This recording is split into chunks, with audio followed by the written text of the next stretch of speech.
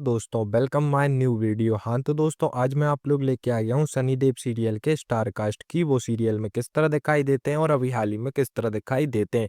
हाँ तो दोस्तों अपने पहले किरदार है काकोल। दोस्तों काकोल इस तरह दिखाई देते हैं सीरियल में और इनका रियल नेम है परनीत शर्मा जो कि इस तरह दिखाई देते हैं अभी हाल ही में।